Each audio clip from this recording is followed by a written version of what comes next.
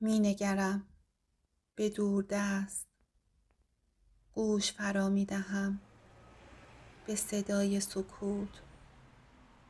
می شنوم در آن صدای پچ‌پچ ابر با باد.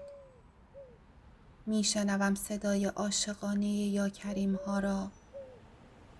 می بینم لحظه تماس موج با موج، قایق سرگردان در طوفان.